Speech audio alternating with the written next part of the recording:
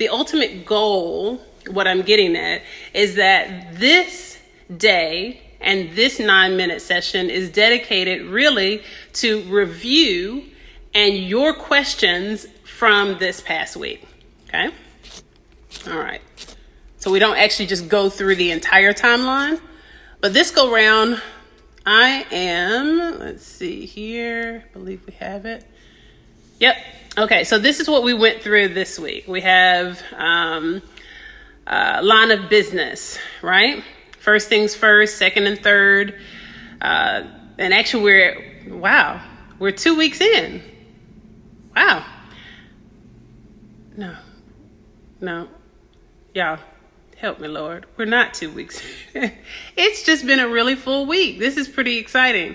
I think it also has to do with the fact that I am also running for mayor of Charlotte.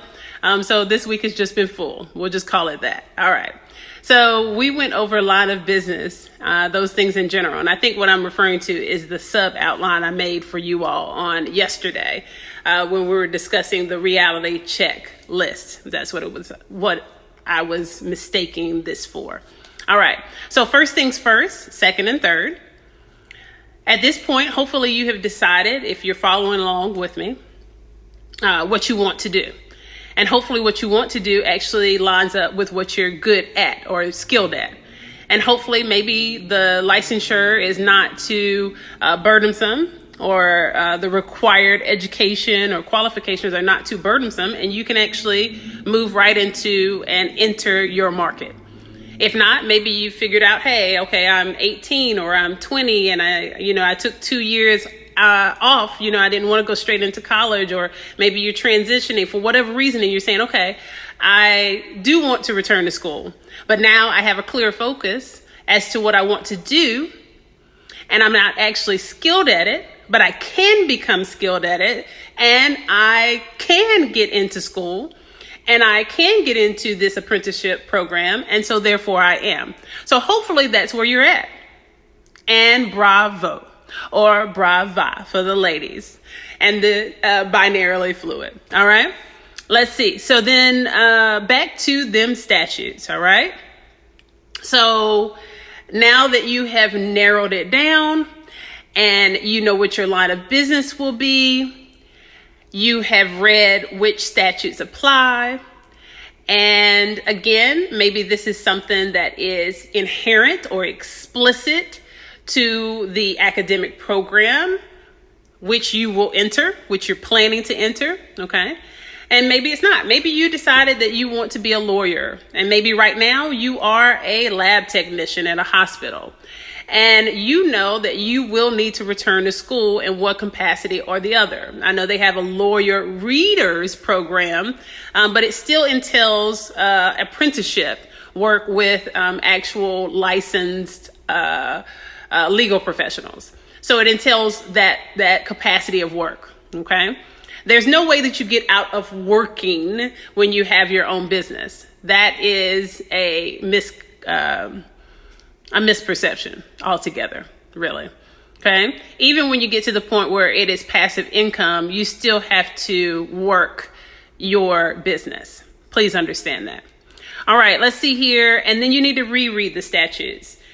This should become, it should be a bookmark on your computer, and it should be a bookmark on your smartphone, albeit I don't know how they do it with the Android phones, because I have had Android phones, of course, before, but I don't remember having before made a icon on my home screen is what I'm referring to.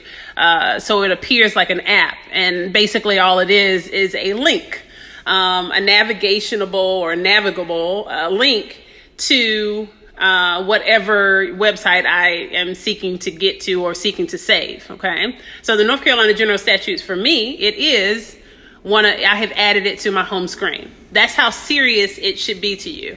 And you should be at least familiar and be able to recite at least the chapter that directly relates to your particular line of business. Okay. All right, let's hurry up, because I think the timer is going to... I don't know if you'll hear it. Who knows? We'll see. All right. So let's see here, reality checklist. And this is where we get into that sub outline that to which I referred a little earlier in this session. Will it entail overhead costs? We now know that we can think of all the costs. You know how you think the weight of the world is on your shoulders. And when we think the weight of the world is on our shoulders, we normally think about our responsibilities. Okay?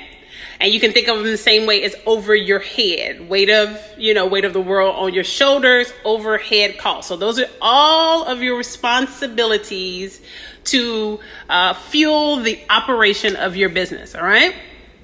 And we have determined that every line of business has what? Overhead costs. We have discussed that itemization of those costs may indeed be different. Sometimes less for certain lines of business like mine as a consultant, and then greater itemization for businesses like maybe manufacturers or restaurants. All right? Is a space required? Is it required for operation? I mean, if you're a manufacturer, you're going to need some space. The house normally doesn't work all that well for, mass manufacturing, okay? It's possible to do some of these things from home, like maybe if you're sewing garments, and they're specialty garments, yeah, maybe you can do this from home. But these are the decisions that you'll need to make based on the line of business that you wish to enter, all right? And we discussed those spaces that are required by law, all right? For instance, we don't think of it this way, or maybe sometimes we have, especially in this political climate. A hospital is a line of business. It is a business operation. A space is required by law, right? You can't just, come on in the back. No sanitation or anything. We don't do that here. Oh, no, just get some towels. We'll work it out. Some hot water. That's not how it works. Also, we discussed certain lines of business that we just didn't necessarily think would require or be, there would be this requirement by law for them to have this very specific space. And I told you auto sales, that's one of those as well. All right. So let's keep on moving. Cost of goods sold. Let's see. Is insurance required by law? If insurance is not required by law, is it still yet necessary for protection from liabilities that may arise from the operation of your business? So it's very, very important that you determine this. Now, it's not against the law for a business consultant not to have insurance. You guys, that's my time.